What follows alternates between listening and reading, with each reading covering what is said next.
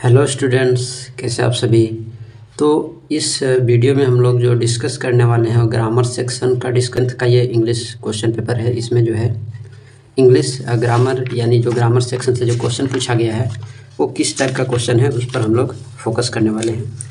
तो बेसिकली जो इस वीडियो में जो मैं आपको बताऊँगा वो मैं बताऊँगा कि ग्रामर सेक्शन यानी टेंस से किस तरह के क्वेश्चन पूछे जाते हैं एग्ज़ाम में, और टेंस को और कैसे पढ़ा जाए ताकि एग्ज़ाम में हेल्पफुल हो। तो यहाँ पर देखिए क्वेश्चन है, ये 2023 का क्वेश्चन है, क्वेश्चन पेपर है, फाइनल एग्जाम पूछा हुआ है। और ये क्वेश्चन है कि my sister was playing cricket, my sister was playing cricket. Question है कि दिस सेंटेंस इज इन, बताना है कि ये जो सेंटेंस है my sister was playing cricket वो किस टेंस में है। ऑप्शन 4 से दिए हुए हैं। पहला है सिंपल पास्ट है, कि पास्ट परफेक्ट है, कि प्रेजेंट कॉन्टीन्यूअस है, या फिर पास्ट कॉन्टीन्यूअस है। तो my sister was playing cricket, ये आप कमेंट करके बताइएगा कि कौन सा टेंस में है। ये 4 जो ऑप्शन है वो कौन सा सही होगा। तो आज जो हम लोग बात करने वाले हैं वो टेंस से बात करने वाले हैं कि आखिर जो टेंस है उससे कैसे क्वेश्चन आया, तो मैं आपको दिखा दिया। ठीक है, अब इसको थोड़ा सा जानते हैं बेसिक से। तो आप एग्ज़ाम की तैयारी कर रहे हैं तो अपना एग्ज़ाम में लगे रहिए। ठीक है, तो टाइम और टेंस पर हम लोग डिस्कस करने वाले हैं। तो टाइम और टेंस क्या होते हैं तो इसको हम लोग जानते हैं। तो देखिए टाइम और टेंस जो है 2 अलग अलग कॉन्सेप्ट है। ठीक है, टाइम जो है एक नेचुरल कॉन्सेप्ट है, जबकि टेंस जो है वो एक ग्रामेटिकल कॉन्सेप्ट है। ठीक है, टाइम पहले भी लोग यूज करते थे जब वो कोई लैंग्वेज नहीं जानते थे, कोई भाषा नहीं जानते थे, तभी ये टाइम का यूज करते थे। ठीक है, तो ये एक नेचुरल कॉन्सेप्ट है। ठीक है, ये एक नेचुरल कॉन्सेप्ट है। ठीक है, और टेंस जो है वो ग्रामेटिकल है। ठीक है, यानी ग्रामर से रिलेटेड रहता है, इससे इंग्लिश ग्रामर से रिलेटेड है। ठीक है, यानी टाइम क्या है आपको समझ में आ गया। अब नेचुरल कॉन्सेप्ट है तो इसको ग्रामर से तो कोई लेना देना है नहीं। ठीक है, यानी ये नॉट रिलेटेड टू ग्रामर है, यानी नॉन ग्रामेटिकल टर्म है ये। और टेंस जो है वो ग्रामेटिकल टर्म है, अर्थात related to grammar, related to language. ठीक है, भाषा से इसका संबंधित है। अब जब आप जान गए कि क्या होते हैं टाइम और टेंस, तो इसको थोड़ा और विस्तार से जानें। तो टेंस पढ़ने के लिए क्या करना चाहिए। ठीक है, टेंस को कैसे याद रखा जाए, पहचाने कैसे कि कौन सा सेंटेंस जो है कौन सा टेंस से है। ठीक है, तो सभी आपको पहचानने आ जाएगा, बस आप इसको अंत तक देखिएगा। ठीक है, तो इसमें जो है टेंस, अब टेंस आपको सीखना है तो सबसे पहले आपको सीखना होगा वर्ब के फॉर्म, वर्ब के फॉर्म सीखने होंगे। ठीक है, तो वर्ब के फॉर्म जो है उनको सीखना होगा। तो वर्ब पहले क्या है उसको जानना होगा। वर्ब क्या है, अब तो what is verb, what is the definition of verb. तो वर्ब जो है एक एक्शन वर्ड होता है, यानी वैसे शब्द होते हैं जिनसे एक्शन का बोध होता है। ठीक है, और नॉन एक्शन वाले भी होते हैं, जैसे इसमें 2 तरह के वर्ब होते हैं। ठीक है, अब एक होते हैं मेन वर्ब, ठीक है, इसको कहते हैं मेन वर्ब, और एक होते हैं एक्जुलरी वर्ब, एक्जुलरी वर्ब। ठीक है, तो ये 2 तरह के वर्ब जो हैं, और ये 2 तरह के वर्ब को हम लोग को सीखना है, जानना है। तो हमें अभी जो है जनरली हम लोग एक्जुलरी वर्ब के बारे में बात करेंगे भी, और मेन वर्ब के बारे में भी बात करेंगे, लेकिन अभी ज़्यादा जरूरी है मेन वर्ब को जानना। ठीक है, तो देखिए मेन वर्ब क्या होते हैं। ठीक है, तो मेन वर्ब वो होते हैं जिनके अंत में, यानी जिस वर्ड के अंत में देखिएगा ना लगा हुआ रहे और उस वर्ड से एक्शन का अगर बोध होता है तो वो वर्ड जो है वर्ब होता है। ठीक है, अब जैसे कैसे, अब जैसे यहाँ पर लिखा हुआ है खेल। ठीक है, अब खेलने में ना जुड़ा रहता है तो इसका मतलब होता है खेलना, और खेलना कोई एक्शन है। ठीक है, तो एक्शन है तो ये मेन वर्ब है। ठीक है, अब जैसे यहाँ पर लिखा हुआ है करीना। ठीक है, अब करीना लिखा हुआ है तो इसके अंत में भी तो ना है, लेकिन इससे कोई एक्शन का तो बोध नहीं हो रहा है, ये तो नाउन है, ये किसी का नाम है। तो नाम जो होता है वो नाउन होता है, तो किसी का नाम है तो इसे थोड़ी एक्शन हो रहा है, एक्शन तो खेलना से हो रहा है, पढ़ना से होता है, सोना से होता है, उठना से होता है, बैठना, तो ये सभी से होता है। ठीक है, तो ये होते हैं मेन वर्ब, और मेन वर्ब के जो है 5 जो है फॉर्म होते हैं। V1 जिसको बोलते हैं वर्ब का फर्स्ट फॉर्म, यानी the first form of the verb, और सेकंड है the second form of the verb, और थर्ड है the third form of the verb, और फोर्थ है the fourth form of the verb, और फिफ्थ है the fifth form of the verb.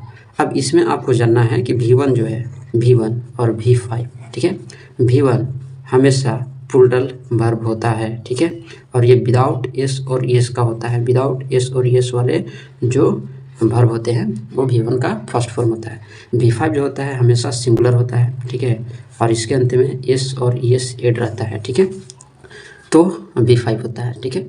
इसको बोलते हैं सिंगुलर वर्ब भी है और एस और ईएस के फॉर्म वाले भी वर्ब हैं, ठीक है। तो ये अब आपको समझ में आ गया कि V1 और V5 क्या है। और ये जो है जनरली V1 और V5 जो है सिंपल प्रेजेंट में यूज होता है, ठीक है। सिंपल प्रेजेंट टेंस में इसका यूज देखने को आपको मिलेगा, ठीक है। अब सेकंड की बात करते हैं तो सेकंड क्या है, तो सेकंड हमारा जो है वो पास्ट फॉर्म है, ठीक है। इसको हम लोग जनरली सिंपल पास्ट में यूज करते हैं, ठीक है। किस टेंस में यूज करते हैं, तो सिंपल पास्ट टेंस में इसका यूज होता है V2 का, ठीक है। अब V3, तो V3 को देखिए कंप्लीट वर्ब बोला जाता है, ठीक है। क्या है, कंप्लीट वर्ब है, ठीक है। तो कंप्लीट वर्ब है, परफेक्ट ये होता है, ठीक है। V3 को परफेक्ट वर्ब भी कहा जाता है। तो V3 जो है जनरली आपको परफेक्ट वाले सेंटेंस में यूज करना होता है, ठीक है। यानी देखने के लिए उसमें मिलेगा परफेक्ट वाले सेंटेंस में, चाहे वो प्रेजेंट हो चाहे वो पास्ट हो, ठीक है। तो V3 वो दिखता है।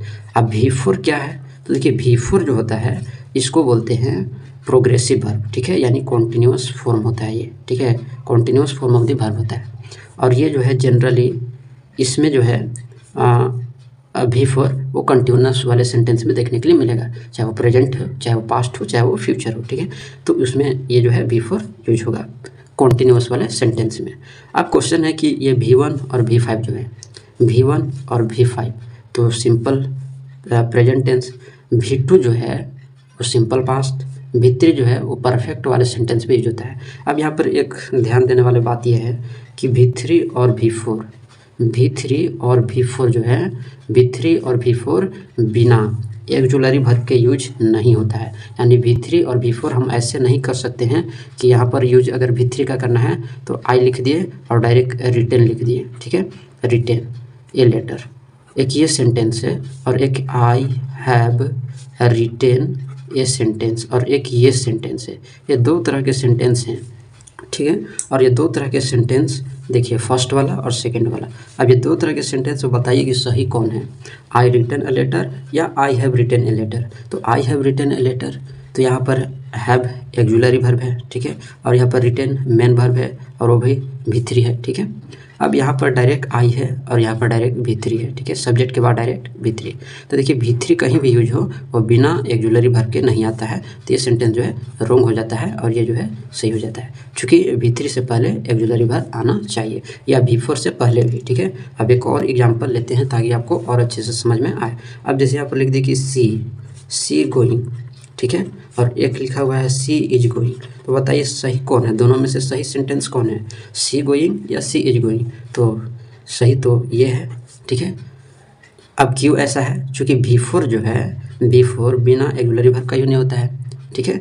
और ये जो सेंटेंस है वो गलत है, क्योंकि V4 के पहले एक्जुलरी वर्ब नहीं है, तो ये गलत हो गया, ठीक है। तो इस तरह से जो है ये पांचों फॉर्म जो है आपको बहुत ही अच्छे से सीखना है ताकि टेंस को और आसान बना दिया जाए। अब V1, ठीक है। अब जैसे यहाँ पर लिखा हुआ रहता है राइट, ठीक है, राइट, तो ये तो V1 है। इसी से बनता है V2, तो V2 बनता है रोट, ठीक है। और इसी से बनता है V3 यानी होता है रिटेन, ठीक है। और उसके बाद होता है V4 होता है राइटिंग और V5 हो जाता है राइट्स, ठीक है। तो ये बहुत सारे ऐसे फॉर्म होते हैं जो आपको रटना पड़ेगा, ठीक है। तो ये V1 है, V2 है, V3 है, V4 है और V5 है। ये मैं एग्जांपल दिया हूँ और बहुत सारे ऐसे वर्ब के फॉर्म हैं जो आपको याद रखना पड़ेगा, तभी आपका टेंस मजबूत हो पाएगा, ठीक है। तो वर्ब के फॉर्म जो हैं बेसिकली इसमें बहुत इंपॉर्टेंट रोल निभाता है टाइम और टेंस में, ठीक है। अगर आप वर्ब नहीं सीखे हैं तो टेंस नहीं आएगा।